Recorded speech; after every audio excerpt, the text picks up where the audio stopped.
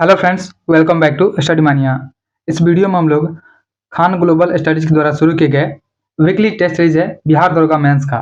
उसका test number 3 को हम लोग इस वीडियो में डिस्कस करने वाले हैं। और पिछले वीडियो में हम लोगों ने टेस्ट नंबर 2 तक ऑलरेडी डिस्कस कर लिया है। अगर आप लोग पिछले वीडियोज़ को नहीं देखे हैं तो जा करके डिस्क्रिप्शन बॉक्स में लिंक दिया हुआ है, वहाँ से जा करके देख सकते हैं। शुरू करते हैं। यह टेस्ट नंबर जो 3 है बिहार एसआई मेंस के लिए है और इसका पहला क्वेश्चन सबसे पहले हम लोग देखते हैं। टेस्ट नंबर 3 का पहला क्वेश्चन है, नीचे दिए गए अभिकथन और कारण पर विचार करना है। सबसे पहला हमारा कथन है कि राष्ट्रपति और राज्यपालों पर उनके किसी भी कार्य के लिए न्यायालय में मुकदमा नहीं चलाया जा सकता है। तो पहला कथन जो हमारा गलत दिया गया है। देखिए पहला कथन गलत है क्योंकि भारतीय संविधान का जो आर्टिकल है आर्टिकल 361, इसको ध्यान देंगे। आर्टिकल 361 जो है इसके तहत राष्ट्रपति और राज्यपालों को उन्मुक्तियां प्राप्त है, लेकिन यह असीमित नहीं है। वे अपने पद के कर्तव्यों के किसी न्यायालय के प्रति जो है जवाबदेह नहीं होते हैं, परंतु उनके जो व्यक्तिगत कार्य होते हैं, पर्सनल एक्ट होते हैं, उनके लिए उनके कार्यकाल के दौरान भी 2 महीने का पूर्व लिखित नोटिस देकर के उनके खिलाफ दीवानी मुकदमा चला सकते हैं। चूंकि कथन में किसी भी कार्य के लिए लिखा है, यहाँ पे लिखा गया किसी भी कार्य के लिए, इसलिए पहला कथन गलत हो जाएगा। दूसरा कथन है कारण है कि राष्ट्रपति पर महाभियोग चलाया जा सकता है और राज्यपालों को असंवैधानिक कृत्यों को करने पर पदच्युत किया जा सकता है, यानी हटाया जा सकता है पद से। तो दूसरा कारण जो है यानी कारण जो है इसका सही दिया गया है। तो अभिकथन ए हमारा गलत है, लेकिन कारण जो है यह सही हो जाएगा। ऑप्शन देखते हैं, ऑप्शन डी हमारा आंसर है। अभिकथन ए गलत है लेकिन कारण हमारा सही हो जाएगा। नेक्स्ट है, अगले क्वेश्चन पे आते हैं। क्वेश्चन नंबर 2, केंद्र में द्वैध शासन किस अधिनियम के अंतर्गत में स्थापित किया गया था? तो केंद्रों में द्वैध शासन लगाया गया था भारत सरकार अधिनियम 1935 के द्वारा। ऑप्शन सी हमारा राइट आंसर है। और इसमें प्रांतीय स्वायत्ता प्रदान किया गया था और केंद्र में द्वैध शासन को लागू किया गया था। और साथ ही अगर पूछा जाए कि प्रांतों में द्वैध शासन कब लागू किया गया था, तो प्रांतों में द्वैध शासन 1919 में। इसको ध्यान देंगे कि प्रांतों में द्वैध शासन जो हो जाएगा यह 1919 में लागू किया गया था। नेक्स्ट है, अगले क्वेश्चन पे आते हैं। क्वेश्चन नंबर 3 है, निम्नलिखित विद्वानों में से किसने भारत के संविधान को बंधन रहित जाल के रूप में अवधारित किया था? तो भारत के संविधान को बंधन रहित जाल के रूप में अवधारित किया था ग्रेनविल ऑस्टिन ने। ऑप्शन डी हमारा राइट आंसर हो जाएगा। देखिए ग्रेनविल ऑस्टिन जो है, इन्होंने अपनी पुस्तक लिखा था the Indian constitution corner stone of a nation. इसमें भारतीय संविधान को सीवन रहित जाल कहा था, इसे सीवन रहित जाल कहा था। ऑप्शन डी हमारा राइट आंसर है। नेक्स्ट है, अगला क्वेश्चन देखते हैं। क्वेश्चन नंबर 4, चौथा क्वेश्चन है कि भारतीय राज्य व्यवस्था में निम्न में से कौन सी अनिवार्य विशेषता जो यह दर्शाती है कि उसका स्वरूप संघीय है? तो यह दर्शाती है न्यायालय की स्वतंत्रता सुरक्षित है। यही है जो दर्शाती है कि उसका स्वरूप जो है संघीय है। ऑप्शन एक हमारा राइट आंसर हो जाएगा। नेक्स्ट है, अगला क्वेश्चन देखते हैं। क्वेश्चन नंबर 5, पांचवा क्वेश्चन है कि निम्नलिखित में से किस वाद में उच्चतम न्यायालय ने यह व्यवस्था दी थी कि संवैधानिक संशोधन भी भारत के संविधान के अनुच्छेद 13 के अधीन विधि है, जिन्हें मूल अधिकारों से असंगत होने पर शून्य घोषित किया जा सकता है? तो यह दिया गया था गोलकनाथवाद, जो कि हुआ था गोलकनाथवाद पंजाब राज्य के साथ हुआ था। यह 1967 में किया गया था। और इस मामले में उच्चतम न्यायालय में 11 जजों की पीठ रही थी, 11 जजों की पीठ को पलटते हुए यह ऐतिहासिक फैसला दिया और तर्क दिया कि न्यायालय ने कहा कि संविधान संशोधन की प्रक्रिया जो होती है, यानी आर्टिकल 368 जिसमें संविधान संशोधन की प्रक्रिया दिया गया है, इसको असीमित शक्ति नहीं देती है। संशोधन भी अनुच्छेद जो 13 है, 13 के क्लॉज 2, इसके तहत विधि की परिभाषा में आता है। इसलिए यहाँ पे ऑप्शन बी हमारा राइट आंसर है। नेक्स्ट है, अगला क्वेश्चन देखते हैं। क्वेश्चन नंबर 6, छठा क्वेश्चन है कि निम्नलिखित कथनों पर विचार कीजिए। बताना है इनमें से कौन सा कथन सही है। सही कथन का चयन करना है। पहला है कि रक्षा सेवाओं के सदस्य राष्ट्रपति के प्रसाद प्रयत्न पद पर बने रहते हैं। तो पहला कथन हमारा सही है कि रक्षा सेवाओं के जो सदस्य होते हैं राष्ट्रपति के प्रसाद प्रयत्न पद पर बने रहते हैं। और दूसरा कथन है अखिल भारतीय सेवाओं का जो गठन है केवल राज्यसभा द्वारा पारित प्रस्ताव के माध्यम से हो सकता है। यह भी कथन हमारा सही दिया गया है, यानी दोनों कथन सही हो जाएगा। ऑप्शन सी हो जाएगा हमारा, 1 और 2 दोनों सही है। नेक्स्ट है, अगला क्वेश्चन देखते हैं। क्वेश्चन नंबर 7, सातवां क्वेश्चन है निम्नलिखित में से कौन सा एक कथन किसी देश के संविधान के मुख्य प्रयोजन को सर्वोत्तम रूप से प्रतिबिंबित करता है? यह कौन सा करता है? यह करता है कि यह सरकार की शक्तियों को परिभाषित और सीमाबद्ध करता है। ऑप्शन बी हमारा राइट आंसर हो जाएगा। देखिए संविधानवाद का मतलब क्या होता है, यानी कॉन्स्टिट्यूशनलिज्म जो होता है, यानी संविधानवाद जो होता है, किसी भी लोकतांत्रिक देश में संविधान का सबसे मौलिक उद्देश्य होता है एक सीमित सरकार की स्थापना करना। और इसका मुख्य प्रयोजन क्या होता है? यद्यपि संविधान का अन्य कार्य भी होता है, जैसे न्याय होता है, विधि निर्माण होता है, लेकिन इसका सर्वोत्तम प्रयोजन जो होता है राज्य के 3 अंगों विधायिका, न्यायपालिका और कार्यपालिका, इनकी शक्तियों को स्पष्ट रूप से परिभाषित करना और उन पर सीमाएं यानी लिमिट्स लगाना होता है। नेक्स्ट है, अगला क्वेश्चन है क्वेश्चन नंबर 8। 8वां क्वेश्चन है, नीचे दिए गए अभिकथन है, अभिकथन ए और कारण आर पर विचार करें। देखिए सबसे पहले कथन दिया गया है, अभिकथन ए हमारा। अभिकथन ए है कि सतत विकास भविष्य की पीढ़ी को जरूरतों से समझौता नहीं करती है, जो कि सही दिया गया है। अभिकथन ए हमारा सही है, सतत विकास भविष्य की पीढ़ी की जरूरतों से समझौता नहीं करती है। और दूसरा है कि प्राकृतिक संसाधनों का अत्यधिक दोहन पर्यावरण को नुकसान पहुंचाता है, इसका कारण भी सही दिया गया है। लेकिन ये एक दूसरे का व्याख्या नहीं करते हैं, यानी आर जो है ए की व्याख्या नहीं करता है। दोनों सही है लेकिन व्याख्या नहीं करते हैं, इसलिए ऑप्शन बी हो जाएगा।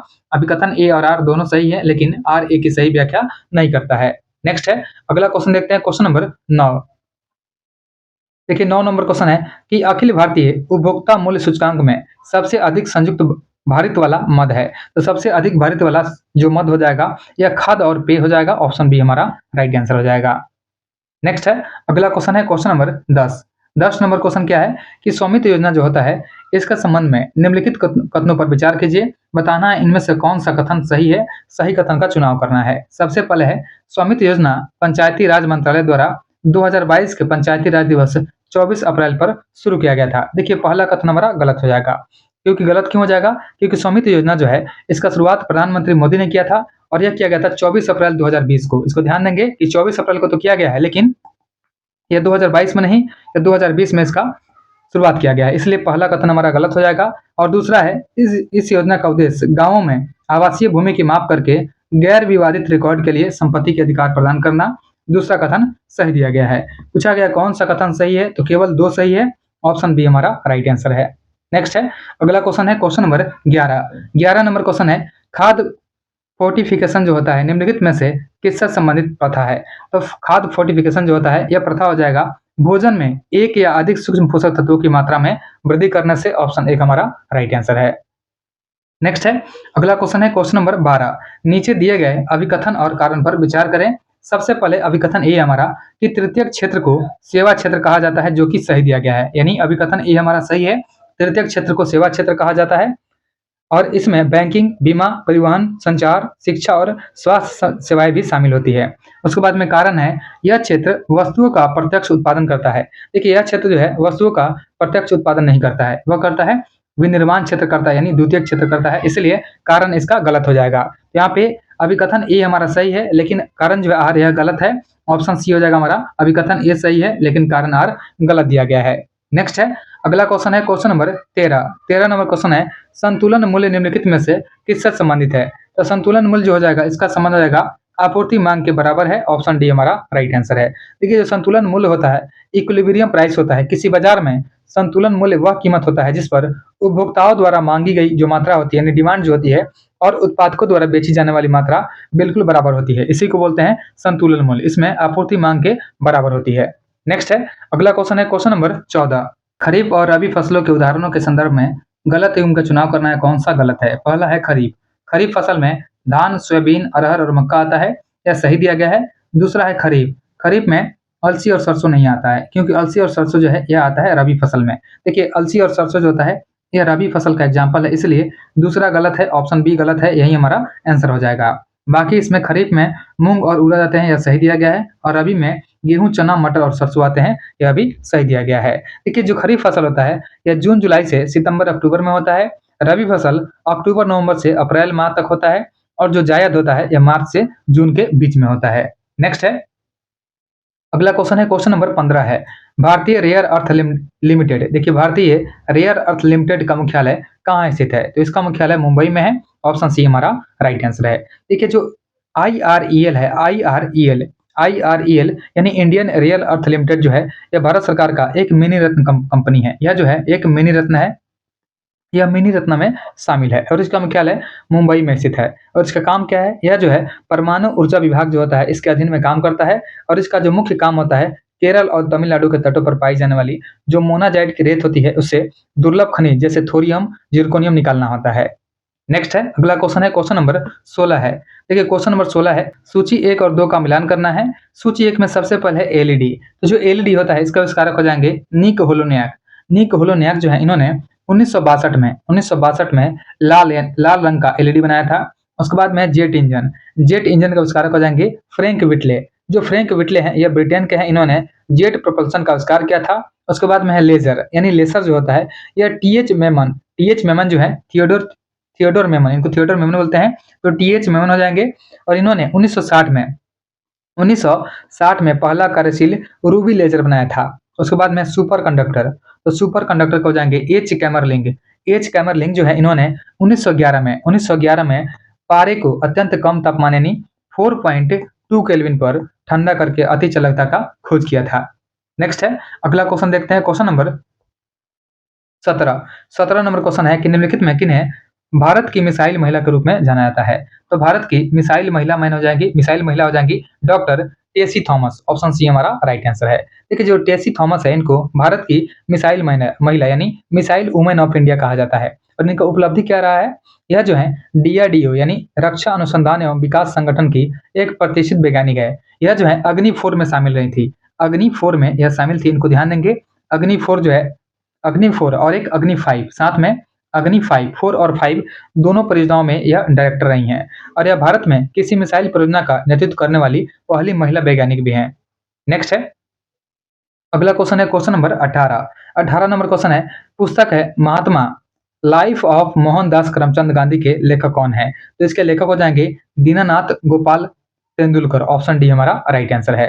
देखिए इस पुस्तक में लिखा गया है कि महात्मा गांधी की एक विस्तृत जीवनी है। इसमें क्या है, इसके लेखक हैं डीजी तेंदुलकर। और इसका जो कंफ्यूजन पॉइंट क्या है कि लुईस पास्चर जो है the life of the Mahatma Gandhi ये लिखे हैं। लुईस पास्चर क्या लिखे हैं, लुईस पास्चर ने the life of Mahatma Gandhi लिखा है, जो कि एक बहुत प्रसिद्ध पुस्तक है और इसी पर गांधी फिल्म भी आधारित है। लेकिन प्रश्न में क्या दिया गया है, यहाँ पे दिया गया है महात्मा लाइफ ऑफ मोहनदास करमचंद गांधी। तो दोनों को याद रखना है। अगर पूछेगा कि महात्मा लाइफ ऑफ मोहनदास करमचंद गांधी, इसके लेखक हो जाएंगे दीननाथ गोपाल तेंदुलकर। लेकिन लुई फिशर के बारे में पूछा जाए, इन्होंने क्या लिखा था, इन्होंने लिखा था, लिख देते हैं, ये लिखे थे the life of Mahatma Gandhi, the life of Mahatma Gandhi,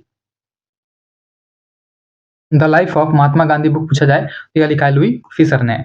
next है अगला क्वेश्चन है क्वेश्चन नंबर 19 है, ओलंपिक ध्वज के संदर्भ में असत्य युग्म का पहचान करना है कौन सा गलत है। देखिए सबसे पहले क्या है, बात करते हैं ओलंपिक का। तो ओलंपिक में टोटल 5 छल्ले होते हैं, ओलंपिक में 5 छल्ले होते हैं। और पियरे डी कुपर्टिन जो है इन्होंने डिजाइन किया था, जिसमें 5 छल्ले जो है दुनिया के 5 महाद्वीपों को दर्शाते हैं।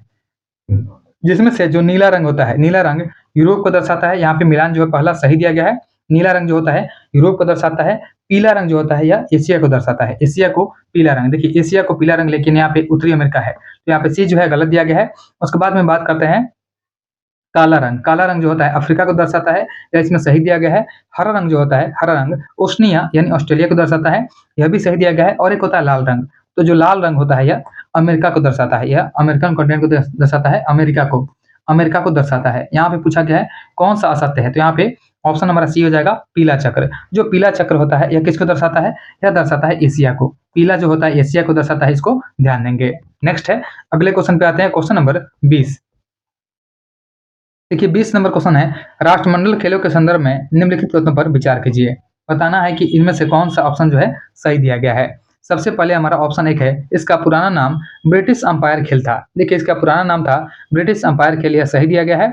दूसरा कथन है, प्रथम राष्ट्रमंडल खेल का आयोजन 1930 में हैमिल्टन में शहर में किया गया था, यह भी सही दिया गया था, कनाडा में हैमिल्टन में हुआ था। उसके बाद तीसरा है, डेविड डिक्सन पुरस्कार का संबंध राष्ट्रमंडल खेल से है, यह भी सही दिया गया है। तीनों कथन सही है, ऑप्शन डी हमारा राइट आंसर हो जाएगा।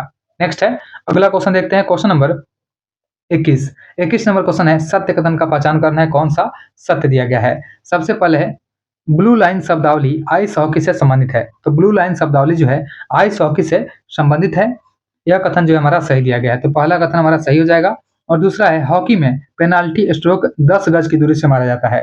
देखिए जो हॉकी होता है इसमें पेनाल्टी स्ट्रोक जो मारते हैं, यह पूछा गया है कि 10 गज की दूरी से मारा जाता है। देखिए 10 गज की दूरी से नहीं, यह 7 गज की दूरी से मारते हैं, यह 7 गज की दूरी से मापते हैं, इसलिए दूसरा जो है गलत दिया गया है। यहाँ पे ऑप्शन 1 हमारा सही है और दूसरा गलत है। पूछा गया है कौन सा सही है, केवल एक सही है, ऑप्शन 1 हमारा राइट आंसर है। नेक्स्ट है, अगला क्वेश्चन है क्वेश्चन नंबर 22। देखिए 22 नंबर क्वेश्चन है कि लाल सागर की सीमा निम्नलिखित में से किन देशों से लगती है। तो लाल सागर की जो सीमा लगती है यह लगती है सऊदी अरबिया से। देखिए सऊदी अरब से लगती है, साथ में मिस्र से लगती है, इथोपिया से नहीं लगती है, लेकिन सूडान से लगती है और यमन से लगती है। यहाँ पे 1 2 4 5 हो जाएगा। 1 2 4 5 ऑप्शन 1 में है। ऑप्शन 1 हमारा राइट आंसर है। देखिए जो लाल सागर है यह एशिया और अफ्रीका महाद्वीपों के बीच में स्थित है, और यह जो है उत्तर में स्वेज नहर द्वारा भूमध्य सागर से तथा दक्षिण में बाब अल मंडेव जल डमरूमत के द्वारा हिंद महासागर से जुड़ा हुआ है।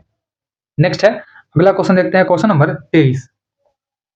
23 नंबर क्वेश्चन है असत एवं का पहचान कीजिए। सबसे पहले है अर्जुन पुरस्कार पाने वाली प्रथम महिला। तो अर्जुन पुरस्कार पाने वाली प्रथम महिला यह एल लम्सडेन है, यह सही दिया गया है। पहला कथन हमारा सही हो जाएगा। दूसरा है ओलंपिक में कोई पदक पाने वाली प्रथम महिला कर्णम मल्लेश्वरी है, यह भी सही दिया गया है कि ओलंपिक में कोई पदक पाने वाली प्रथम महिला कर्णम मल्लेश्वरी है, यह कथन सही है। तीसरा है अर्जुन एवं राजीव गांधी खेल रत्न पुरस्कार दोनों पुरस्कार प्राप्त करने वाली प्रथम महिला यह कुंजरानी देवी हो जाएंगी। कुंजरानी देवी जो है इन्होंने अर्जुन और राजीव गांधी खेल रत्न पुरस्कार दोनों प्राप्त किया है, यह भी सही दिया गया है। उसके बाद में है चौथा है उच्च न्यायालय की प्रथम महिला मुख्य न्यायाधीश। तो उच्च न्यायालय की प्रथम महिला मुख्य न्यायाधीश जो है यह अन्ना चांडी दिया गया है, जो कि गलत दिया गया है। यहाँ पे अन्ना चांडी केरल की है, यह गलत दिया गया है। यह कौन हो जाएंगी, तो यह हो जाएंगी लीला सेठ। ध्यान देंगे यहाँ पे अन्ना चांडी नहीं, यह हो जाएंगी लीला सेठ हो जाएंगी। लीला सेठ जो है यह भारत के किसी उच्च न्यायालय की पहली महिला मुख्य न्यायाधीश रही हैं, और यह 1991 में हिमाचल प्रदेश का हाई कोर्ट की मुख्य न्यायाधीश हैं। ध्यान देंगे कहाँ की है, हिमाचल प्रदेश की। हिमाचल प्रदेश की हाई कोर्ट की मुख्य न्यायाधीश रही हैं, इसलिए ऑप्शन डी गलत है, यही हमारा आंसर हो जाएगा। नेक्स्ट है, अगला क्वेश्चन देखते हैं क्वेश्चन नंबर 24। 24 नंबर क्वेश्चन है स्विट्जरलैंड में स्थित जिनेवा निम्नलिखित किन किन स्थानों का मुख्यालय है। देखिए जिनेवा जो है यह मुख्यालय हो जाएगा अंतर्राष्ट्रीय दूर संचार संघ का मुख्यालय है, साथ में अंतर्राष्ट्रीय श्रम संगठन का भी मुख्यालय है, विश्व बौद्धिक संपदा संगठन का भी मुख्यालय जिनेवा में स्थित है। रासायनिक हथियार निषेध संगठन, देखिए रासायनिक हथियार निषेध संगठन का मुख्यालय कहाँ पे है, यह है हेग में। यह जो है हेग में है, लेकिन यहाँ पे जिनेवा में स्थित है अंतर्राष्ट्रीय दूरसंचार संघ का मुख्यालय, अंतर्राष्ट्रीय श्रम संगठन का मुख्यालय और विश्व बौद्धिक संपदा संगठन का मुख्यालय। तो यहाँ पे 1 2 3 हो जाएगा। ऑप्शन 1 हमारा राइट आंसर है। नेक्स्ट है, अगला क्वेश्चन है क्वेश्चन नंबर 25 है कि दलाई लामा को किस श्रेणी में 68वां ग्रैमी पुरस्कार से सम्मानित किया गया है। तो दलाई लामा जो है इनको best audio book narration and story telling recording के लिए दिया गया है 68वां ग्रैमी पुरस्कार। तो यह ध्यान देंगे, अच्छा क्वेश्चन है। और यह पुरस्कार जो है उनके स्पोकन वर्ल्ड एल्बम जो है meditation the reflections of his holiness and Dalai Lama के लिए दिया गया है, जिसमें उनकी शिक्षाओं जिसमें शामिल है ध्यान है, करुणा, शांति आदि को हिंदुस्तानी शास्त्रीय संगीत के साथ जोड़ा गया है। और यह उनका पहला ग्रैमी था, जो कि 1 फरवरी 2026 को लॉस एंजल्स में हुए समारोह में दिया गया है। नेक्स्ट है, अगला क्वेश्चन है क्वेश्चन नंबर 26 है कि हाल ही में यूनेस्को की मानवता की अमूर्त सांस्कृतिक विरासत की रिप्रेजेंटेटिव लिस्ट में किसे शामिल किया गया है। तो इसमें शामिल किया गया है दुर्गा पूजा को। ऑप्शन 1 हमारा राइट आंसर है। देखिए जो कोलकाता का दुर्गा पूजा है इसको मानवता की अमूर्त सांस्कृतिक विरासत की प्रतिनिधि सूची में शामिल किया गया है, और यह भारत की 14वीं अमूर्त सांस्कृतिक विरासत है, जिसे हम इस सूची में जगह मिली है। और इससे पहले कुंभ मेला, योग और नवरोज को भी इसमें शामिल किया गया है। हालिया बात करते हैं 2023 में ही गुजरात का जो गरबा है, 2023 में गुजरात का जो गरबा है, गरबा नृत्य को भी इसमें शामिल किया गया है। नेक्स्ट है, अगला क्वेश्चन है क्वेश्चन नंबर 27 है असत्य कथन का पहचान करें कौन सा गलत दिया गया है। सबसे पहला है कि बिहार का क्षेत्रफल भारत के कुल क्षेत्रफल का 2.86% है, जो कि सही दिया गया है। तो पहला कथन हमारा सही हो जाएगा। दूसरा है बिहार में गंगा नदी की सबसे अधिक लंबाई भागलपुर जिले में है। देखिए बिहार में गंगा नदी की लंबाई जो है सबसे अधिक कहाँ पे हो जाएगा, पटना में हो जाएगा। भागलपुर नहीं होगा, भागलपुर दूसरे नंबर पे है, पहले नंबर पे पटना हो जाएगा। तो यहाँ पे सबसे अधिक हो जाएगा पटना का। दूसरा कथन हमारा गलत है, यही हमारा आंसर हो जाएगा।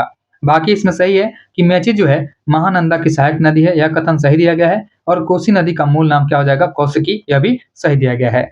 नेक्स्ट है बिहार का कौन सा जिला सर्वाधिक जिलों के साथ में सीमा साझा करता है। तो सबसे अधिक जिलों के साथ में सीमा साझा करने वाला जिला हो जाएगा पटना जिला। पटना जिला जो है टोटल 9 जिलों से अपनी सीमा को साझा करता है, यह 9 जिलों से करता है, जिसमें शामिल हो जाएगा अरवल, जहानाबाद, नालंदा, लखीसराय, बेगूसराय, समस्तीपुर, वैशाली, सारण और भोजपुर हो जाएगा। नेक्स्ट है, अगला क्वेश्चन देखते हैं क्वेश्चन नंबर 29 है एक रुपए के एक सिक्के को कागज पर रखा जाता है। इसके चारों तरफ इसी आकार के कितने सिक्कों को रखा जा सकता है जो कि आपस में एक दूसरे को स्पर्श करने के साथ साथ मध्य में रखे सिक्के को भी स्पर्श करें। देखिए जो ज्योमेट्री तर्क होता है इसमें क्या देखेंगे कि जब हम किसी वृत्ताकार सिक्के के चारों तरफ उसी आकार के सिक्के को अगर रखते हैं तो जो केंद्र में बनने वाला कोण होता है यह टोटल होता है 360 डिग्री का होता है। और एक वृत्त के केंद्र को दूसरे वृत्त के केंद्र से मिलाने पर एक समबाहु त्रिभुज बनता है जिसका प्रत्येक भुजा कितना होता है 60 डिग्री होता है। इसलिए जब हम लोग 360 को 60 से डिवाइड करेंगे तो क्या हो जाएगा 6। इसमें इसके बीच में 6 सिक्के हम लोग रख सकते हैं, तो यहाँ पे 6 सिक्के हमारा आंसर हो जाएगा। ऑप्शन ऑप्शन डी हमारा राइट आंसर है। नेक्स्ट है अगला क्वेश्चन देखते हैं, क्वेश्चन नंबर 30। देखिए 30 नंबर क्वेश्चन है कि भारतीय जल संसाधनों के उपयोग के संदर्भ में निम्नलिखित कथनों पर विचार कीजिए और बताना है इनमें से कौन सा कथन सही दिया गया है। पहला कथन है कि भारत में धरातलीय जल का सबसे अधिक उपयोग कृषि क्षेत्र में किया जाता है, जो कि सही दिया गया है। भारत में धरातलीय जल का प्रयोग जो है सबसे अधिक कहाँ होता है, कृषि क्षेत्र में होता है। तो पहला कथन सही हो जाएगा क्योंकि जो भारत में धरातलीय जल है जिसमें शामिल है नदी है, तालाब है, इसका लगभग 89% जो उपयोग होता है, 89% उपयोग जो होता है यह खेती में सिंचाई के लिए किया जाता है। दूसरा कथन है कि दक्षिण भारतीय राज्यों में भूजल का उपयोग उत्तर भारतीय राज्यों की तुलना में कम होता है। देखिए दूसरा कथन जो है यह गलत दिया गया है, क्योंकि यह धारणा गलत इसलिए है क्योंकि दक्षिण भारत में कठोर चट्टानें हैं, फिर भी तमिलनाडु और आंध्र प्रदेश जैसे राज्यों में जो भूजल का जो दोहन होता है बहुत उच्च स्तर पर होता है। तमिलनाडु में भूजल उपयोग की जो दर होती है कई उत्तर भारतीय राज्यों के बराबर या उनसे अधिक है, इसीलिए दूसरा गलत है। और तीसरा है नीरू मीरू जो है यह जल संचयन कार्यक्रम आंध्र प्रदेश सरकार द्वारा चलाया गया था, जो कि सही दिया गया है। तो यहाँ पे 1 और 3 सही है, तो 1 और 3 जो है ऑप्शन सी में है, ऑप्शन सी हमारा राइट आंसर हो जाएगा। नेक्स्ट है अगला क्वेश्चन है क्वेश्चन नंबर 31। मगध महाजनपद के संबंध में कौन सा कथन असत्य है, यहाँ पे गलत का चुनाव करना है, कौन सा गलत है। पहला है इसकी प्रारंभिक राजधानी गिरिब्रज थी, जो कि सही दिया गया है, पहला कथन सही हो जाएगा। दूसरा है मगध महाजनपद में आधुनिक पटना, गया, शाहाबाद का हिस्सा आता था, यह भी सही दिया गया है। और तीसरा कथन है मगध महाजनपद का अवंती महाजनपद से मधुर संबंध था, यह कथन जो है गलत दिया गया है क्योंकि दोनों ही उत्तर भारत पर प्रभुत्व जमाना चाहते थे और यह संघर्ष जो है लगभग 1000 वर्षों तक चला था और अंत में शिशुनाग ने अवंती को जीत करके मगध में मिलाया था। तो यहाँ पे शत्रुता रही थी, यहाँ पे मधुर संबंध नहीं था, इसलिए तीसरा गलत है, यही हमारा आंसर हो जाएगा। बाकी इसमें चौथा भी सही है कि बिंबिसार ने मगध की प्रतिष्ठा में वृद्धि किया था, यह सही दिया गया है।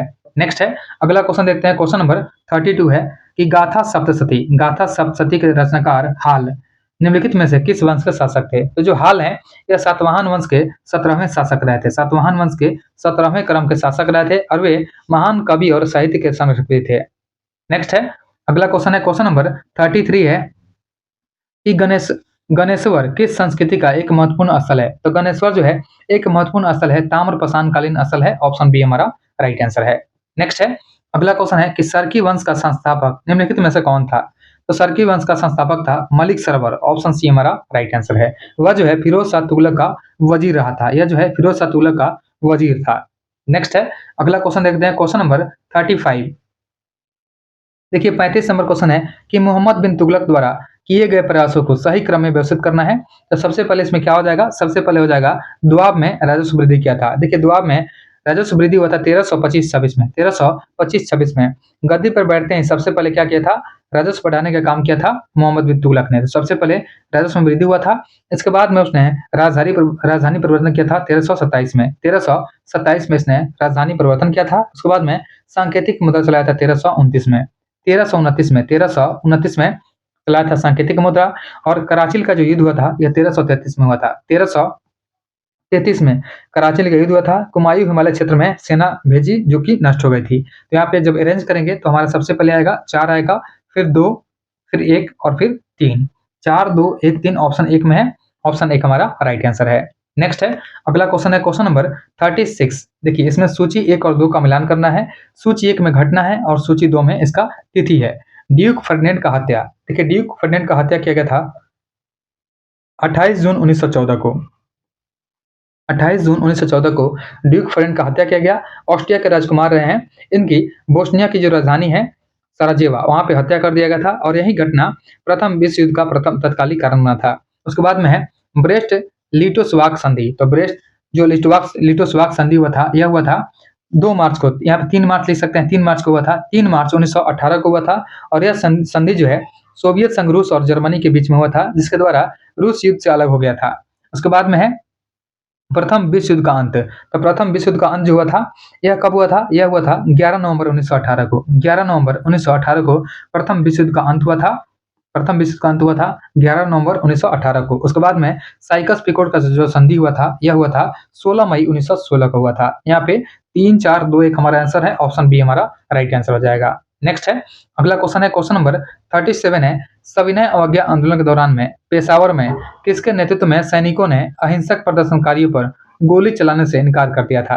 ये हो जाएंगे चंद्र सिंह गढ़वाली। ऑप्शन एक हमारा राइट आंसर है। देखिए 23 अप्रैल 1930 को, डेट याद रखेंगे, 23 अप्रैल को 1930 को पेशावर, जो कि पाकिस्तान में है, इसके किस्सा खवानी बाजार में खान अब्दुल गफ्फार खान ने संगठन बनाया था खुदाई खिदमतगार, इसे लाल कुर्ती भी बोलते हैं। इसके सदस्य जो हैं शांतिपूर्ण से प्रदर्शन कर रहे थे और ब्रिटिश कमांडर ने रॉयल गढ़वाल राइफल्स के निहत्थे पठानों पर गोली चलाने का आदेश दिया, लेकिन हवलदार मेजर वीर चंद्र सिंह गढ़वाली ने गढ़वाली सीज फायर का आदेश देकर के अपनों पर गोली चलाने से मना कर दिया था, और यह सविनय अवज्ञा आंदोलन की एक ऐतिहासिक घटना है। नेक्स्ट है, अगला क्वेश्चन है, क्वेश्चन नंबर 38 है, भारतीय पुनर्जागरण आंदोलन के पिता कौन थे? तो भारतीय पुनर्जागरण आंदोलन के पिता हो जाएंगे राजा राम मोहन राय। ऑप्शन सी हमारा राइट आंसर हो जाएगा। देखिए इन्होंने 1815 में आत्मीय सभा का स्थापना किया था। 1815 में आत्मीय सभा का स्थापना किए थे। आत्मीय सभा का स्थापना 1815 में किए थे। 1828 में इन्होंने ब्रह्म समाज का स्थापना किया था। देखिए ब्रह्म समाज का स्थापना 1828 में किए थे, और इन्हीं के प्रयासों से 1829 में सती प्रथा का प्रतिबंध लगाया गया था। सती प्रथा जो था, इस पर प्रतिबंध लगाया गया था। नेक्स्ट है, अगला क्वेश्चन है, क्वेश्चन नंबर 39 है, 1857 ईस्वी में प्रथम भारतीय विश्वविद्यालय की स्थापना की गई थी। तो 1857 के प्रथम भारतीय विश्वविद्यालय का जो स्थापना है, यह किया गया था कलकत्ता में। ऑप्शन एक हमारा राइट आंसर है। देखिए बात करते हैं वुड डिस्पैच नीति का, जो कि शिक्षा से ही संबंधित है। यह लाया गया था 1854 में। 1854 में आया था वुड डिस्पैच का नीति। इसे भारतीय शिक्षा का मैग्ना कार्टा भी कहा जाता है, और इसी के सिफारिश पर लंदन विश्वविद्यालय की तर्ज पर 1857 में भारत के 3 विश्वविद्यालय बनाए गए थे, जिसमें स्थापना किया गया था कलकत्ता विश्वविद्यालय। इसका स्थापना किया गया था 24 जनवरी 1857 को। 24 जनवरी 1857 को इसका स्थापना किया गया था। सबसे पहले इसका स्थापना हुआ। इसके बाद में जुलाई 1857 में किया गया था बम्बई का किया गया था। जुलाई 1857 में इसका स्थापना किया गया था, और उसके बाद में मद्रास का किया गया था। यह सितंबर में किया गया था 1857 में। तो यहाँ पे सबसे पहले हुआ था 24 जनवरी 1857 में कलकत्ता में। ऑप्शन एक हमारा राइट आंसर है। नेक्स्ट है, अगला क्वेश्चन देखते हैं, क्वेश्चन नंबर 40। देखिए 40 नंबर क्वेश्चन है, कौन सी घटना सबसे पहले हुई थी? यहाँ पे सबसे पहले कौन सी घटना हुई थी, इसका चुनाव करना है। सबसे पहले क्या है? भारत छोड़ो आंदोलन का प्रस्ताव। तो भारत छोड़ो आंदोलन का प्रस्ताव जो है, यह आया था अगस्त 1942 में। अगस्त 1942 में हो जाएगा। वर्धा प्रस्ताव और ग्वालियर टैंक मैदान में हुआ था। क्रिप्स मिशन का जो आगमन हुआ था, यह हुआ था मार्च 1942 में। यह कब हुआ था? मार्च 1942 में हुआ था क्रिप्स मिशन का आगमन। उसके बाद में बात करते हैं, तीसरा है गवर्नर जनरल के पद पर लॉर्ड वेवेल का आगमन। तो लॉर्ड वेवेल का आगमन हुआ था अक्टूबर में हुआ था। अक्टूबर 1943 में हुआ था। यह जो है लिन लिथुओ के बाद में वायसराय बने थे। इसके बाद में है कैबिनेट मिशन का आगमन। तो कैबिनेट मिशन का आगमन होता है मार्च 1946 में। यह होता है मार्च 1946 में इसका आगमन होता है। पूछा गया है कौन सा सबसे पहले हो जाएगा, तो सबसे पहले हो जाएगा क्रिप्स मिशन हो जाएगा। ऑप्शन बी हमारा राइट आंसर है। नेक्स्ट है, अगला क्वेश्चन है, क्वेश्चन नंबर 41 है, लाल कुर्ती आंदोलन के किस प्रांत में चलाया गया था? तो लाल कुर्ती आंदोलन जो है, यह चलाया गया था उत्तर पश्चिमी सीमा प्रांत में। ऑप्शन सी हमारा राइट आंसर है। और इसके मुख्य नेता कौन रहे थे? इसके नेता रहे थे खान अब्दुल गफ्फार खान। यह इसके प्रमुख नेता रहे थे। नेक्स्ट है, अगला क्वेश्चन है, क्वेश्चन नंबर 42। 42 नंबर क्वेश्चन है, निम्नलिखित को सुमेलित कीजिए। इसमें क्या है? सबसे पहले विद्रोह या आंदोलन है, उसके बाद में वर्ष या काल दिया गया है। तो पहला है वहाबी आंदोलन। तो वहाबी आंदोलन जो हुआ था 1820 से 70 के बीच में हुआ था। यह जो है एक इस्लामी पुनरुत्थानी आंदोलन था, और भारत में इसका प्रवर्तक हो जाएंगे सैयद अहमद बरेलवी। यह भी ध्यान देंगे कि सैयद अहमद बरेलवी जो है, बरेलवी इसके प्रमुख नेता रहे थे। उसके बाद में है संथाल विद्रोह हुआ था 1855-56 में हुआ था संथाल विद्रोह, और इसे संथाल या हुल विद्रोह भी कहते हैं। और यह भागलपुर से राजमहल की पहाड़ियों के बीच में हुआ था, जिसे हम लोग दामिनी एक कोह बोलते हैं। और इसके नेता कौन हो जाएंगे? सिद्धू और कान्हू। इसके नेता हो जाएंगे सिद्धू एंड कान्हू जो है इसके प्रमुख नेता हो जाएंगे। उसके बाद में बात करते हैं नील विद्रोह का। तो नील विद्रोह हुआ था 1859-60 में। 1859-60 में किया गया था नील विद्रोह किया गया था। और इसमें क्या हुआ था, किसानों ने नील की खेती करने से मना कर दिया था और इस पर दीनबंधु मित्र ने नील दर्पण का नाटक भी लिखा है। उसके बाद में हुआ था मुंडा विद्रोह। तो मुंडा विद्रोह हुआ था 1899 से 1900 ईस्वी के बीच में हुआ था मुंडा विद्रोह। इसे उलगुलान विद्रोह भी कहा जाता है और छोटा नागपुर और रांची का जो क्षेत्र है, बिरसा मुंडा ने इसका नेतृत्व किया था। इसको भी ध्यान देंगे कि बिरसा मुंडा जो है, बिरसा मुंडा के द्वारा इसका नेतृत्व किया गया था मुंडा विद्रोह का। नेक्स्ट है, अगला क्वेश्चन देखते हैं। क्वेश्चन नंबर 43 है कि भारतीय राष्ट्रीय कांग्रेस के संबंध में कथनों पर विचार कीजिए। बताना है कौन सा कथन गलत है, इसमें से गलत कथन का चुनाव करना है। सबसे पहला है, कांग्रेस का स्थापना 1885 में एयू ह्यूम ने किया था, जो कि सही दिया गया है। कथन 2 है, प्रथम अधिवेशन बॉम्बे में हुआ और व्योमेश चंद्र बनर्जी इसके अध्यक्ष थे, यह भी सही दिया गया है। और तीसरा कथन है, प्रारंभिक कांग्रेस उदारवादी विचारधारा की थी और संवैधानिक तरीकों में विश्वास रखती थी, यह भी सही दिया गया है। यानी कथन 1, 2, 3 तीनों सही है। पूछा गया है कि गलत कथन कौन सा है, इसमें से कोई भी गलत नहीं है। ऑप्शन डी हमारा राइट आंसर है। नेक्स्ट है, अगला क्वेश्चन देखते हैं। क्वेश्चन नंबर 44, निम्नलिखित में से कौन से संवैधानिक विकास 1909 के मार्ले मिंटो सुधार में हुए थे। तो 1909 के मार्ले मिंटो सुधार में क्या क्या हुआ था, उसके बारे में ऑप्शन दिया गया है। सबसे पहला है, पृथक निर्वाचन मंडल का शुरुआत हुआ था 1909 में, इसमें शामिल है। केंद्रीय और प्रांतीय विधान परिषदों में सदस्यों की संख्या बढ़ाई गई थी और साथ में पहली बार भारतीयों को वायसराय की कार्यकारिणी परिषद में नियुक्त किया गया था, यह भी इसमें शामिल है। चौथा है, प्रांतीय स्वायत्ता का शुरुआत। देखिए, प्रांतीय स्वायत्ता का जो शुरुआत है, यह किया गया था 1935 में। यह 1935 का नियम किया गया था, यह 1919 में शामिल नहीं था, इसलिए चौथा इसमें शामिल नहीं है। इसमें 1, 2, 3 शामिल है। 1, 2, 3 ऑप्शन 1 में है। ऑप्शन 1 हमारा राइट आंसर है। नेक्स्ट है, अगला क्वेश्चन है, क्वेश्चन नंबर 45 है। यहाँ पे सबसे पहले कथन ए है कि भूमध्य सागरीय कृषि विश्व की सबसे विशिष्ट और उन्नत कृषि प्रणालियों में से एक है, जो कि सही दिया गया है। और यह क्षेत्र जो है मुख्य रूप से खट्टे फलों के उत्पादन के लिए प्रसिद्ध है और यहाँ वीटी कल्चर का विकास हुआ है, यह भी कथन जो है सही दिया गया है। तो दोनों कथन सही है और आर जो है एक की सही व्याख्या करता है, इसलिए ऑप्शन 1 हमारा राइट आंसर है। नेक्स्ट है, अगला क्वेश्चन है कि पदार्थ की अवस्थाओं के गुणों के संदर्भ में असत्य कथन का चयन करना है, कौन सा गलत दिया गया है। सबसे पहला है, ठोसों में संपीड़ितता नगण्य होती है, यह सही दिया गया है। द्रव का आकार जो होता है निश्चित नहीं होता है, लेकिन आयतन निश्चित होता है, यह भी कथन सही है, क्योंकि द्रव का जो आकार होता है यह निश्चित नहीं होता है। और तीसरा है, गैसों में संपीड़ितता सर्वाधिक होती है और इनमें बहाव होता है, यह भी कथन सही दिया गया है। और चौथा है कि स्पंज को आसानी से दबाया जा सकता है, इसलिए यह ठोस नहीं बल्कि अर्ध ठोस या संरग्न पदार्थ की श्रेणी में आता है। देखिए, जो चौथा कथन है यही गलत है, क्योंकि विज्ञान के अनुसार जो है स्पंज जो होता है पूर्णतः एक सॉलिड होता है, यानी स्पंज को साइंस जो है सॉलिड मानता है, इसलिए चौथा कथन हमारा गलत है, यही हमारा आंसर हो जाएगा। नेक्स्ट है, अगला क्वेश्चन है, क्वेश्चन नंबर 47 है। अभिकथन ए दिया गया है कि दीवारों पर सफेदी करने के 2-3 दिन बाद चमक आ जाती है, जो कि सही दिया गया है। और कैल्शियम हाइड्रोक्साइड वायु में उपस्थित कार्बन डाइऑक्साइड के साथ में अभिक्रिया करके कैल्शियम कार्बोनेट की पतली एक पतली परत को बनाती है, यह भी सही दिया गया है, यानी कारण भी सही दिया गया है। तो यहाँ पे दोनों सही हो जाएगा। ऑप्शन हमारा ए राइट आंसर है कि ए और आर दोनों सही है तथा आर जो है एक ही सही व्याख्या भी करता है। नेक्स्ट है, अगला क्वेश्चन है, क्वेश्चन नंबर 48।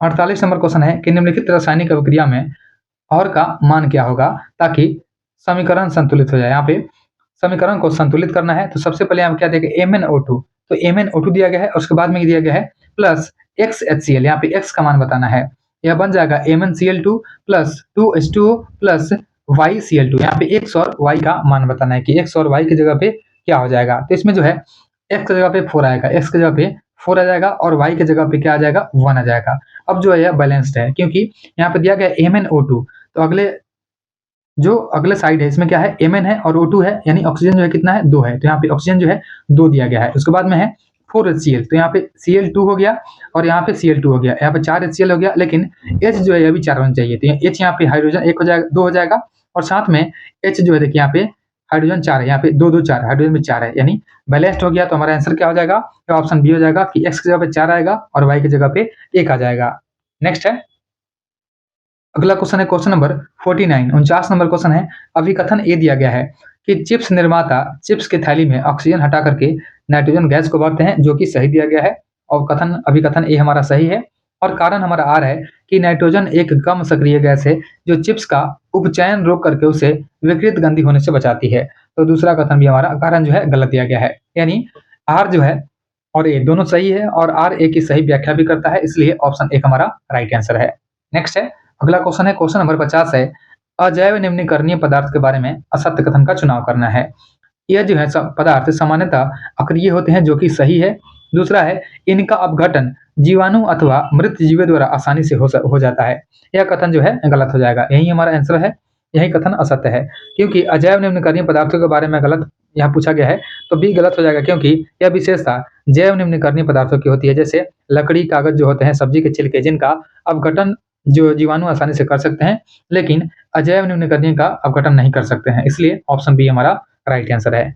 नेक्स्ट है, अगला क्वेश्चन है, क्वेश्चन नंबर 51 है, अभिकथन ए दिया गया है कि पानी में आंशिक रूप से डूबी हुई पेंसिल वायु तथा पानी के अंतर पृष्ठ पर टेढ़ी प्रतीत होती है। यह सही है। और पेंसिल की पानी में डूबे भाग में आने वाला प्रकाश पानी से बाहर के भाग की तुलना में भिन्न दिशा में आता हुआ प्रतीत होता है, क्योंकि सघन से विरल माध्यम में आने पर प्रकाश जो है अविलंब से दूर हटता है। तो यह भी कथन सही दिया गया है, यानी अभिकथन ए सही है और आर भी सही है, और आर जो है ए का सही व्याख्या भी है, इसलिए ऑप्शन एक हमारा राइट आंसर है।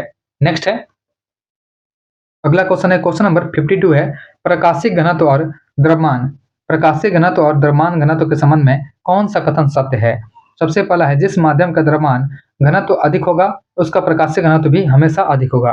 देखिए, पहला कथन जो है गलत दिया गया है। दूसरा है कि प्रकाशिक घनत्व और द्रव्यमान घनत्व में कोई सीधा संबंध नहीं होता है, यही हमारा आंसर है, ऑप्शन बी हमारा राइट आंसर हो जाएगा। देखिए, जो द्रव्यमान घनत्व होता है वह भारीपन को दर्शाता है। केरोसिन पानी से हल्का होता है, इसलिए पानी पर तैरता है। और जो प्रकाशिक घनत्व होता है यह अपवर्तनांक को दर्शाता है, यानी अपवर्तनांक पर निर्भर करता है। जिस माध्यम का अपवर्तनांक ज्यादा होता है वह प्रकाशिक रूप से सघन होता है और उसमें प्रकाश की चाल जो है धीरे होती है। नेक्स्ट है, अगला क्वेश्चन देखते हैं, क्वेश्चन नंबर 53 53 नंबर क्वेश्चन क्या है कि श्वेत प्रकाश के प्रिज्म द्वारा विक्षेपण के संदर्भ में बताना है, कौन सा कथन सही दिया गया है। पहला कथन है कि लाल प्रकाश सबसे कम झुकता है क्योंकि इसकी तरंग दैर्घ्य सबसे अधिक होती है। यह कथन हमारा सही है। दूसरा है, बैंगनी प्रकाश सबसे अधिक झुकता है क्योंकि इसकी तरंग दैर्घ्य सबसे कम होती है। यह भी सही दिया गया है। और तीसरा है कि सर आइजक न्यूटन ने प्रयोग द्वारा सिद्ध किया कि श्वेत प्रकाश 7 रंगों से मिलकर के बनी है। यह भी कथन सही दिया गया है। यहाँ पे तीनों कथन सही हो जाएंगे, तो यहाँ पे 1 2 3 तीनों सही है, ऑप्शन डी हमारा राइट आंसर है। नेक्स्ट है, अगला क्वेश्चन है कि ओम के नियम के अनुसार यदि ताप नियत रहे तो क्या होगा। तो ओम के नियम के अनुसार यदि ताप नियत रहे तो जो विभवांतर होता है, यानी V जो होता है, धारा का अनुपात एक स्थिरांक होता है जिसे प्रतिरोध कहा जाता है। और यही जो फॉर्मूला होता है यह होता है V = IR होता है। यही जो R है क्या है, यह स्थिरांक है, यानी R का मतलब क्या हो जाएगा, V/I हो जाएगा। यहाँ पे ऑप्शन सी हमारा राइट आंसर है। नेक्स्ट है, अगला क्वेश्चन देखते हैं, क्वेश्चन नंबर 55 नंबर क्वेश्चन है कि जूल के तापन के नियम के अनुसार किसी प्रतिरोधक में उत्पन्न ऊष्मा। तो जूल के तापन के नियम के अनुसार किसी प्रतिरोधक में जो तापन ऊष्मा होती है यह क्या होती है, यह जो होती है प्रवाहित विद्युत धारा के वर्ग के अनुक्रमानुपाती होती है, यानी पहला वाला सही हो जाएगा। और साथ में क्या हो जाएगा, उस समय जो टी रहता है टी के अनुक्रमानुपाती होती है जिसके लिए धारा प्रवाहित हो रही हो। यहाँ पे ऑप्शन 3 भी सही हो जाएगा। और दूसरा कथन है प्रतिरोध की व्युत्क्रमानुपाती होती है, जो कि गलत दिया गया है। तो यहाँ पे ऑप्शन हमारा क्या हो जाएगा, 1 सही है और 2 सही है। यानी कहने का मतलब है कि धारा जो होती है या ऊष्मा जो होती है धारा के वर्ग के अनुक्रमानुपाती होती है, और साथ में दूसरा क्या होता है कि ऊष्मा जो होता है यह समय के अनुक्रमानुपाती होती है। यहाँ पे 1 और 3 सही है, ऑप्शन 1 हमारा राइट आंसर है। नेक्स्ट है, अगला क्वेश्चन है क्वेश्चन नंबर 56 नंबर क्वेश्चन है, एक समान गति और असमान गति के बारे में सही कथन का चुनाव करें। देखिए, एक समान गति और असमान गति जो होता है इसमें क्या होता है कि यदि कोई वस्तु समान समय अंतराल में समान दूरी तय करती है तो उसकी गति एक समान कही जाती है। ऑप्शन सी हमारा राइट आंसर हो जाएगा। नेक्स्ट है, अगला क्वेश्चन देखते हैं, क्वेश्चन नंबर 57 नंबर क्वेश्चन है कि पशुओं में होने वाले रोगों के संदर्भ में सही का मिलान करना है। सूची 1 में क्या है, रोग कारक है, और सूची 2 में क्या है, प्रभाव या रोग दिया गया है। सबसे पहले है बाह्य परजीवी। तो बाह्य परजीवी जो होता है यह क्या होता है, त्वचा रोग होता है इससे, बाह्य परजीवी से। देखिए, जो बाह्य परजीवी होता है इसको क्या बोलते हैं, एक्टोपैरासाइट्स बोलते हैं। ये शरीर के बाहरी सतह यानी त्वचा पर रहते हैं, जैसे इसमें जू होता है, उसको एक टिक्स होता है, पिस्सू होता है, ये खुजली और त्वचा रोग पैदा करते हैं। और एक होता है अंतः परजीवी। जो अंतः परजीवी होता है यह शरीर के अंदर रहते हैं, जैसे गोल कृमि होता है, ये अमाशय और आंत को नुकसान पहुंचाते हैं। इसका क्या हो जाएगा, अमाशय और आंत को प्रभावित करते हैं। उसके बाद में पर्णकृमि होता है। तो पर्णकृमि जो होता है यह लीवर को संक्रमित करता है, जिससे लीवर रॉट जैसी बीमारी होती है। यह जगह हमारा मिलान लीवर को प्रभावित करते हैं। पर्णकृमि और विषाणु और जीवाणु जो होते हैं यह क्या करते हैं, संक्रामक रोग को फैलाते हैं, यानी ये खुरपक्का, मुहप्पा और एंथ्रेक्स जैसी बीमारी को फैलाते हैं। नेक्स्ट है, अगला क्वेश्चन देखते हैं, क्वेश्चन नंबर 58।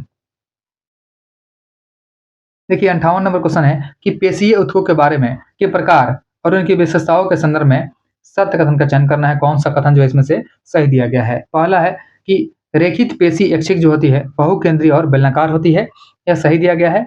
अरेखित जो होती है चिकनी पेशी या अनैच्छिक एक केंद्रीय और तुर्करूपी यानी तर्करूपी जैसे आहार नली में होती है, यह भी सही है। और हृदय पेशी जो होती है कार्डियक वाली, यह कहाँ होती है, अनैच्छिक होती है, बेलनाकार होती है, शाखान्वित होती है और क्या होती है, एक केंद्रीय होती है, यह भी सही दिया गया है। यहाँ पे तीनों कथन सही है, तो ऑप्शन हो जाएगा 1, 2, 3 सभी सही दिए गए हैं।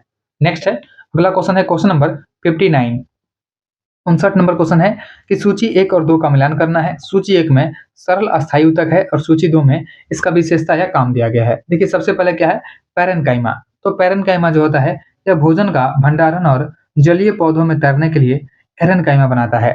जो पैरेन्काइमा होता है एक सबसे सामान्य ऊतक होता है, यह भोजन का भंडारण करता है और जलीय पौधों में इसमें हवा भरी होती है जिससे पैरेन्काइमा कहते हैं, और जो पौधों को पानी में तैरने में मदद करता है। तो ये क्या होता है, पैरेन्काइमा। और एक होता है कोलेनकाइमा।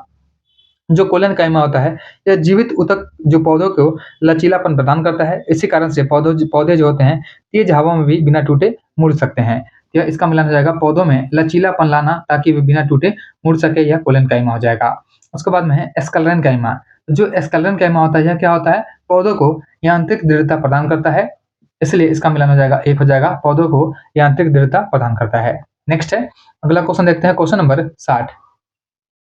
देखिए 60 नंबर क्वेश्चन है, आहार श्रृंखला में ऊर्जा प्रवाह के 10% नियम के अनुसार यदि उत्पादक स्तर पर 10,000 जूल ऊर्जा उपलब्ध है तो द्वितीयक उपभोक्ता के स्तर पर कितनी ऊर्जा उपलब्ध होगी। देखिए सबसे पहले हम लोग देखेंगे कि आहार श्रृंखला में जो ऊर्जा प्रवाह का 10% का जो नियम है, 10% का नियम यह दिया गया था 1942 में। 1942 में दिया था, लिंडमैन ने दिया था। इसको भी ध्यान देंगे कि लिंडमैन ने 1942 में 10% का नियम दिया था। इसमें क्या होता है कि जो ऊर्जा होती है इसके अनुसार जो होता है एक पोषी स्तर से अगले पोषी स्तर तक जो ऊर्जा होती है ये 10% ही ट्रांसफर होती है, 10% ही ट्रांसफर होती है। तो यहाँ पे दिया गया है कि उत्पादक स्तर पे क्या है, ऊर्जा जो है यह 10,000 जूल है, 10,000 जूल है उत्पादक स्तर पे। तो जब यह पूछा गया कि द्वितीय उपभोक्ता के स्तर पर कितनी हो जाएगी, तो प्रथम उपभोक्ता स्तर पर जाएगी तो क्या हो जाएगी, इसका 10% यानी 1,000 जूल हो जाएगी। और फिर इसका दूसरे में जाएगी तो क्या हो जाएगी, यह 100 जूल हो जाएगी, दूसरे पे 100 जूल हो जाएगी, यानी यहाँ पे 10% हो गया और फिर इसके बाद में इसका भी 10% हो जाएगा, तो यहाँ पे 100 जूल हो जाएगा। ऑप्शन बी हमारा राइट आंसर है। नेक्स्ट है, अगला क्वेश्चन देखते हैं, क्वेश्चन नंबर 61। 61 नंबर क्वेश्चन है, अभी कथन ए है कि दांतों का क्षय तब शुरू होता है जब मुंह का पीएच मान 5.5 से कम हो जाता है, यह सही दिया गया है।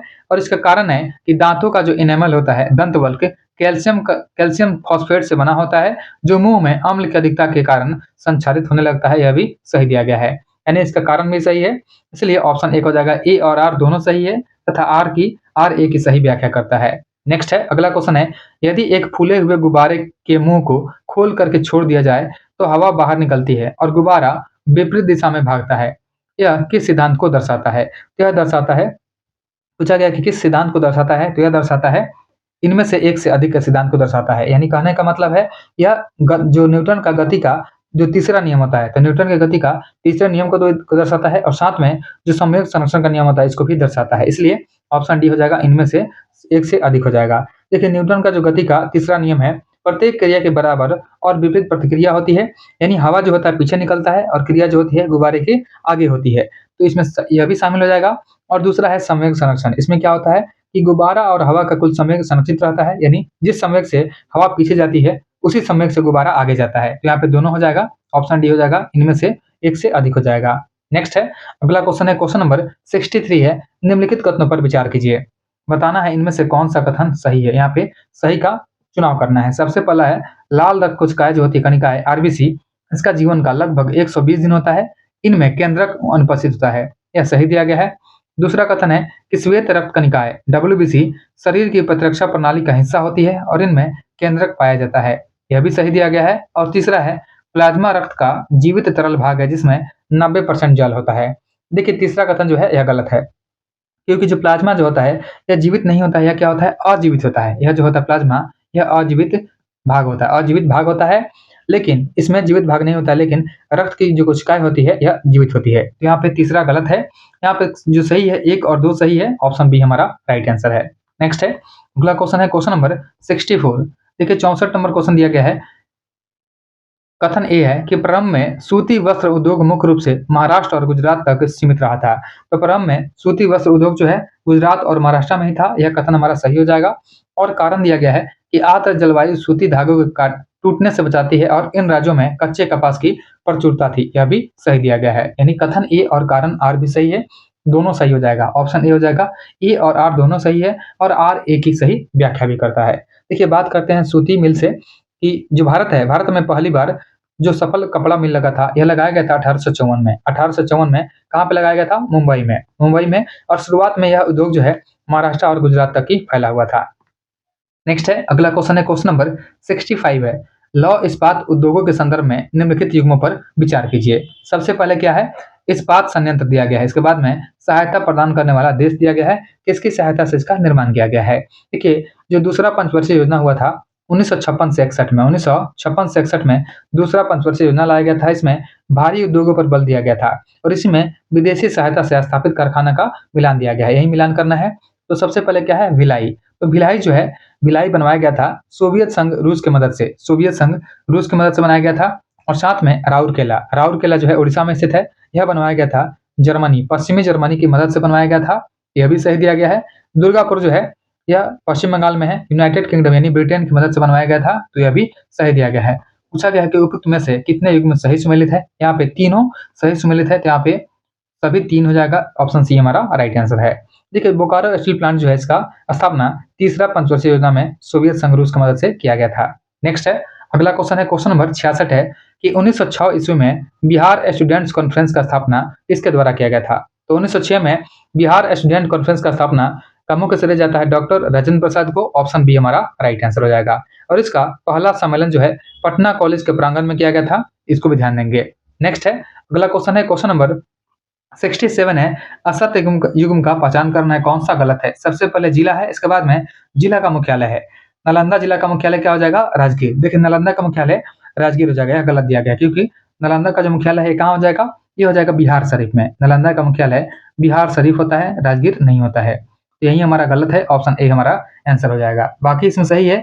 रोहतास का मुख्यालय सासाराम में है, कैमूर का मुख्यालय भभुआ में है और वैशाली का मुख्यालय हाजीपुर में है। नेक्स्ट है, अगला क्वेश्चन है क्वेश्चन नंबर 68, 68 नंबर क्वेश्चन है कि दक्षिण भारत की पहाड़ियों के उत्तर से दक्षिण सही क्रम पर विचार करना है। यानी सबसे पहले उत्तर वाले को, फिर उसके बाद में दक्षिण वाले को। तो नल्ला मलाई की पहाड़ियां सबसे उत्तर में क्या हो जाएगी? नल्ला मलाई की पहाड़ियां। यह कहाँ पे है? आंध्र प्रदेश में। आंध्र प्रदेश में नल्ला मलाई की पहाड़ियां है। और तेलंगाना यानी कृष्णा और पेन्नार नदी के बीच में पड़ती है नल्ला मलाई की पहाड़ियां। नीलगिरी की जो पहाड़ी है यह तमिलनाडु, देखिए यह जो है तमिलनाडु में है, साथ में क्या है? केरल में है, साथ में केरल में और कर्नाटक में पड़ती है। उसके बाद में अन्नामलाई की पहाड़ियां, अन्नामलाई की पहाड़ी जो है यह नीलगिरी के दक्षिण में यानी नीचे पड़ती है, इसलिए इसके बाद में आएगी अन्नामलाई की पहाड़ियां। और कार्डेमम पहाड़ी जो होती है, इलायची पहाड़ियां, यह भारत की सबसे दक्षिणी मुख्य श्रेणी इसमें आ जाएगा कार्डेमम पहाड़ी का। तो यहाँ पे हमारा मिलान जैसे ये अरेंज करेंगे तो 1 2 3 4 लगातार हो जाएगा। ऑप्शन एक हमारा राइट आंसर है। नेक्स्ट है, अगला क्वेश्चन देखते हैं क्वेश्चन नंबर 69।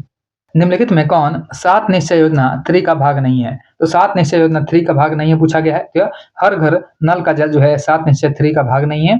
ऑप्शन एक हमारा राइट आंसर है। देखिए 7 निश्चय 3 योजना जो है इसका शुरुआत किया गया है दिसंबर 2025 में। दिसंबर 2025 में इसका घोषणा किया गया है और इसका जो कार्यकाल रहेगा 2025 से 2030 तक रहेगा। और इसमें क्या क्या शामिल है? इसमें शामिल है दोगुना रोजगार करना है, साथ में समृद्ध उद्योग यानी सशक्त बिहार बनाना है, कृषि में प्रगति यानी प्रदेश में समृद्धि, उन्नत शिक्षा उज्जवल भविष्य, उसके बाद में सुलभ स्वास्थ्य है, सुरक्षित जीवन, उसके बाद में मजबूत आधार है और सबका सम्मान है।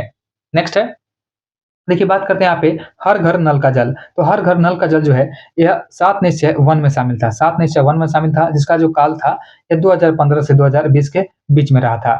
नेक्स्ट है, अगला क्वेश्चन देखते हैं क्वेश्चन नंबर 70 नंबर क्वेश्चन है कि उत्तर प्रदेश से लगने वाले बिहार के जिलों का उत्तर से दक्षिण सही क्रम कौन सा हो जाएगा?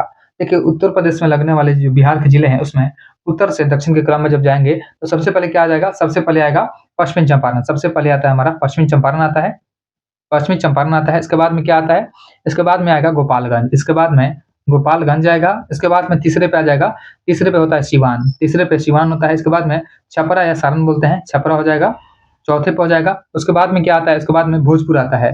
इसके बाद में हो जाएगा भोजपुर, उसके बाद में भोजपुर हो जाएगा, फिर बक्सर, उसके बाद कैमूर, रोहतास। रोहतास होता है सबसे दक्षिण में है, सोन नदी के पास स्थित है। यहाँ पे जब अरेंज करेंगे तो हमारा आंसर ऑप्शन बी हो जाएगा, पश्चिम चंपारण हो जाएगा, गोपालगंज, सिवान और छपरा हो जाएगा। ऑप्शन बी हमारा राइट आंसर है। नेक्स्ट है, अगला क्वेश्चन है, क्वेश्चन नंबर 71 है, निम्नलिखित युग्मों पर विचार कीजिए। सबसे पहले दर्रा का नाम है, उसके बाद में किसे जोड़ता है। देखिए जोजिला दर्रा, जोजिला दर्रा जो है यह श्रीनगर और लेह यानी लद्दाख को जोड़ता है। यह श्रीनगर और लेह को जोड़ता है, यह सही दिया गया है।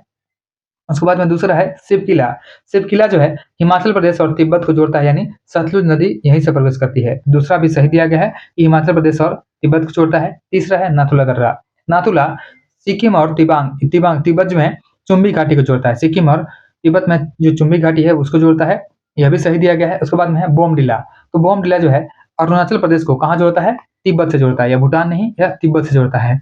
इसीलिए चौथा जो है गलत है। पूछा गया है कितने युग्म सही सुमेलित है, तो 3 युग्म जो है 1 2 3, ये लगातार जो है 3 सही सुमेलित हैं, तो यहाँ पे केवल 3 हो जाएगा। ऑप्शन सी हमारा राइट आंसर है। नेक्स्ट है, अगला क्वेश्चन है, क्वेश्चन नंबर 72 है, यदि कोई व्यक्ति टिहरी, हीराकुंड और मेटूर बांधों को देखने की यात्रा करने की योजना बनाता है तो उसे निम्नलिखित में से किस राज्य में जाने की आवश्यकता नहीं होगी। यहाँ पे उसे तेलंगाना जाने की आवश्यकता नहीं होगी, क्योंकि टिहरी जो है कहाँ पे है, टिहरी उत्तराखंड में है। टिहरी टिहरी जो है उत्तराखंड में है, तो वह टिहरी जाएगा तो उत्तराखंड जाना पड़ेगा उसको, भागीरथी नदी है वहां पे। उसके बाद में हीराकुंड जाना होगा तो उड़ीसा में हो जाएगा, हीराकुंड उड़ीसा में हो जाएगा। और साथ में है मेटूर बांध, मेटूर बांध कहाँ पे है, तमिलनाडु में। मेटूर बांध जो है तमिलनाडु में है, तो उसे तेलंगाना जाने की कोई आवश्यकता नहीं है। ऑप्शन सी हमारा राइट आंसर है। नेक्स्ट है, अगला क्वेश्चन है, क्वेश्चन नंबर 73 है, शीतकाल में भारत के किस क्षेत्र में प्राय साइबेरियाई सारस दिखाई दे सकते हैं। तो साइबेरियाई सारस जो है यह दिखाई देते हैं केवला देवघाना अभयारण्य में। ऑप्शन डी हमारा राइट आंसर है, जो कि भरतपुर पक्षी अभयारण्य उसी में स्थित है, राजस्थान का है। और यह जो है यूनेस्को विश्व धरोहर स्थल भी शामिल है, इसे पक्षियों का स्वर्ग भी कहा जाता है। नेक्स्ट है, अगला क्वेश्चन है, क्वेश्चन नंबर 74, वृक्षों के प्रकार और उनके वनों के संदर्भ में निम्नलिखित युग्मों पर विचार कीजिए। सबसे पहले वृक्ष है, उसके बाद में वन का प्रकार है। सबसे पहले है शीशम और साल, तो शीशम और साल जो है उष्णकटिबंधीय पर्णपाती वनों के मुख्य वृक्ष होते हैं और भारत में इसका सबसे अधिक विस्तार है, यानी पहला वाला जो कथन है हमारा यह सही दिया गया है। दूसरा है महोगनी और रोजवुड, तो महोगनी और रोजवुड जो होता है उष्णकटिबंधीय सदाबहार वनों के कठोर लकड़ी वाले वृक्ष होते हैं, जो कि सही दिया गया है। और तीसरा है कैक्टस और खजूर, तो कैक्टस और खजूर जो होते हैं, साथ में और क्या होते हैं, बबूल होते हैं, मरुस्थलीय या कटीले वनों की वनस्पतियां होती हैं, यह भी सही दिया गया है। पूछा गया है उपयुक्त में से कितने युग्म सही सुमेलित है, यहाँ पे तीनों जो है सही, सभी सही सुमेलित है। ऑप्शन सी हो जाएगा, सभी 3 युग्म सही सुमेलित हैं।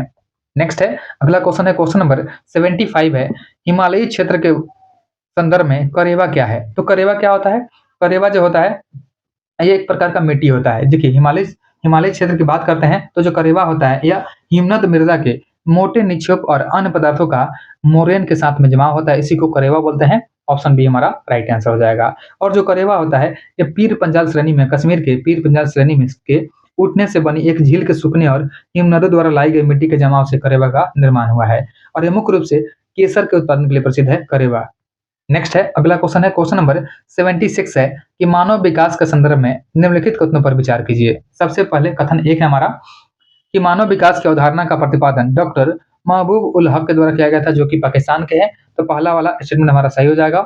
दूसरा कथन क्या है हमारा कि एचडीआई के मापन के 3 प्रमुख संकेतक हैं, स्वास्थ्य है यानी जीवन प्रत्याशा के लिए, शिक्षा और संसाधनों तक पहुंच है, क्रय शक्ति, यह सही दिया गया है। यदि किसी देश का स्कोर जो है 0.8 से ऊपर है तो इसे उच्च मानव विकास की श्रेणी में रखा जाएगा, यह भी कथन जो है सही दिया गया है। यहाँ पे तीनों कथन सही दिए गए हैं, तो यहाँ पे सभी 3 हो जाएगा। ऑप्शन सी हमारा राइट आंसर है। नेक्स्ट है, अगला क्वेश्चन है, क्वेश्चन नंबर 77 है, निम्नलिखित कथनों पर विचार कीजिए। सबसे पहले क्या है, मलक्का जल संधि, तो मलक्का जल संधि जो है मलेशिया और सुमात्रा यानी इंडोनेशिया के बीच में है, मलेशिया और सुमात्रा के बीच में है। और यह जो है अंडमान सागर और दक्षिण चीन सागर को जोड़ती है, जो कि दुनिया की सबसे व्यस्तम मार्ग है, अंडमान सागर और दक्षिण चीन सागर को जोड़ती है। देखिए यह जो है अंडमान सागर और दक्षिण चीन सागर को जोड़ती है, यह सही दिया गया है। दूसरा कथन क्या है, सुंडा जल संधि, तो सुंडा जल संधि जो है यह जावा और सुमात्रा के बीच में है और जावा सागर और हिंद महासागर को जोड़ती है, यह भी सही दिया गया है। और तीसरा है हॉर्मुज जल संधि, तो हॉर्मुज जल संधि जो है ईरान और ओमान के बीच में है, या फारस की खाड़ी और ओमान की खाड़ी है, इसी को अरब की खाड़ी बोल सकते हैं। तो फारस की खाड़ी और ओमान की खाड़ी को जोड़ती है, यहाँ पे यह भी सही दिया गया है। और यह तेल के व्यापार के लिए भी प्रसिद्ध है। तो यहाँ पे तीनों युग्म सही सुमेलित दिए गए हैं, तो यहाँ पे तीनों हो जाएगा, ऑप्शन डी हो जाएगा, 1 2 3 तीनों सही दिए गए हैं। नेक्स्ट है, अगला क्वेश्चन देखते हैं, क्वेश्चन नंबर 78। देखिए 78 नंबर जो क्वेश्चन है मैथ्स है, इसका आंसर क्या हो जाएगा? इसका आंसर ऑप्शन सी हो जाएगा। सी कैसे हो जाएगा? पूछा गया कि 180 सीढ़ियों वाले एक मीनार पर चढ़ते समय एक पुरुष 30 सीढ़ियों को चढ़ने के पश्चात 2 मिनट विश्राम करता है। मीनार के ऊपर पहुंचने तक उसने कितनी देर विश्राम किया है? देखिए जो मीनार की कुल सीढ़ियों की संख्या कितना है? 180। कुल सीढ़ियों की संख्या 180 है और विश्राम का जो कुल विश्राम का संख्या क्या हो जाएगा हमारा? 180 डिवाइड बाई 30, क्योंकि वह 2 मिनट के बाद में विश्राम करता है और यहाँ पे एक पुरुष जो है 30 सीढ़ी तक पहुंचने के पश्चात जो है, इसलिए डिवाइड बाई 30 हो जाएगा और माइनस क्या हो जाएगा? 1 हो जाएगा, यानी 5 हो जाएगा। और प्रत्येक विश्राम में लिया गया समय क्या हो जाएगा? 2 मिनट। 2 मिनट हो जाएगा, तो यहाँ पे 5 विश्राम में लिया गया समय क्या हो जाएगा? तो 5 × 2 यानी 10 मिनट हो जाएगा, इसलिए ऑप्शन सी हमारा राइट आंसर है। नेक्स्ट है, अगला क्वेश्चन है, क्वेश्चन नंबर 79 है। एक इंजन जिसके पहिए की परिधि 7.5 मीटर है 9 सेकंड में 7 चक्कर लगाता है, तो गाड़ी की गति किलोमीटर प्रति घंटा में होगी। देखिए जो पहिए द्वारा जो पहिया होता है, इसके द्वारा चली गई जो दूरी हो जाएगा क्या हो जाएगा? 7.5 मीटर हो जाएगा। और पहिए द्वारा 7 चक्कर पूछा जाए कि 7 चक्कर में चली गई दूरी कितना हो जाएगा? तो हो जाएगा 7 × 7.5 मीटर हो जाएगा, यानी यह हो जाएगा 52.5 मीटर हो जाएगा। और समय कितना दिया गया? समय हमारा 9 सेकंड है। 9 सेकंड है, तो चाल क्या होता है? चाल बराबर दूरी बटा समय होता है। चाल बराबर दूरी बटा समय होता है, तो दूरी कितना है हमारा? 52.5 है और समय कितना है हमारा? 9 है। इसको चेंज करेंगे किलोमीटर प्रति घंटा में, तो गुना करेंगे इसमें 18/5 से, तो हमारा आंसर कैसे आएगा? यह आ जाएगा 21 किलोमीटर। 21 किलोमीटर प्रति घंटा आ जाएगा। यह कट जाएगा, 9 दूना 18 से कट जाएगा, ठीक है। उसके बाद में यह 2 से मल्टीप्लाई हो जाएगा, यानी हो जाएगा 105 डिवाइड बाई 5 हो जाएगा। ये 21 से कट जाएगा, 21 किलोमीटर प्रति आवर हो जाएगा। ऑप्शन बी हमारा राइट आंसर है। नेक्स्ट है, अगले क्वेश्चन पे आते हैं, क्वेश्चन नंबर 80 नंबर क्वेश्चन दिया गया है कि यदि 10 अध्यापकों की वार्षिक औसत आय जो है 25,000 रुपए हो और 2 अध्यापकों की प्रत्येक वर्ष की वार्षिक आय 20,000 हो, तो शेष अध्यापकों की वार्षिक औसत क्या हो जाएगी? यहाँ पे वार्षिक औसत को निकालना है बाकी का। तो जो 10 अध्यापक है उनका जो कुल वार्षिक आय हो जाएगा, यह कितना हो जाएगा? यह हो जाएगा 25,000 × 10 हो जाएगा, यानी यह हो जाएगा टोटल हो जाएगा 2.5 लाख हो जाएगा। यह जो टोटल 2.5 लाख हो जाएगा, 2,50,000 हो जाएगा। उसके बाद में 2 अध्यापकों की वार्षिक आय जो है यह कितना हो जाएगा? यह 2 × 20,000 हो जाएगा। 2 × 20,000 हो जाएगा, यानी टोटल जो है कितना हो जाएगा? 40,000 हो जाएगा। अब यहाँ पे शेष 8 अध्यापकों की जो कुल आय निकालेंगे, तो क्या करेंगे? इसमें से घटा देंगे, तो टोटल कितना आएगा? यह आ जाएगा 2,10,000। 2,10,000 आएगा, 2,10,000 आ जाएगा। फिर पूछा गया है कि औसत आय निकालना है, तो औसत जब आवश्यक औसत निकालेंगे तो 2,10,000 जो है इसी में डिवाइड करेंगे, कितना से? 8 से करेंगे, क्योंकि यहाँ पे 2 का तो घटा दिए हैं, तो 8 से डिवाइड करेंगे तो कितना हो जाएगा? यह आ जाएगा 26,250 हो जाएगा। ऑप्शन ए में है, ऑप्शन ए हमारा राइट आंसर हो जाएगा। नेक्स्ट है, अगला क्वेश्चन है, क्वेश्चन नंबर 81। देखिए 81 जो क्वेश्चन है इसका आंसर ऑप्शन सी हो जाएगा। अगला क्वेश्चन देखते हैं, क्वेश्चन नंबर 82। 82 नंबर जो क्वेश्चन है इसका आंसर ऑप्शन ए हो जाएगा। नेक्स्ट है, अगला क्वेश्चन देखते हैं, क्वेश्चन नंबर 83। देखिए क्वेश्चन नंबर 83 जो है इसका आंसर हो जाएगा हमारा ऑप्शन डी हो जाएगा। यहाँ पे दिया गया है कि दिल्ली से अमृतसर के लिए 2 गाड़ियां एक ही दिन 10 बजे और 11 बजे सुबह क्रमशः 60 किलोमीटर और 75 किलोमीटर प्रति घंटा की चाल से चलती है, तो दिल्ली से कितने किलोमीटर दूरी पर दोनों गाड़ियां मिलेंगी? देखिए पहले जो गाड़ी द्वारा 10 बजे से 11 बजे तक चली गई जो दूरी हो जाएगी, कितना हो जाएगा? 60 किलोमीटर पहले चला गया है, 60 किलोमीटर चला गया है। उसके बाद में जो दूसरा गाड़ी है, ये तो पहला गाड़ी है और दूसरा गाड़ी जो है यह भी 11 बजे चलना शुरू करती है और दोनों के बीच में 60 किलोमीटर की दूरी है, दोनों के बीच में भी 60 किलोमीटर की दूरी है। तो सापेक्ष गति निकालेंगे तो क्या हो जाएगा? सापेक्ष गति हो जाएगा 75 हो जाएगा माइनस 60 हो जाएगा, यानी 15 किलोमीटर प्रति घंटा हो जाएगा, सापेक्ष गति हो जाएगा।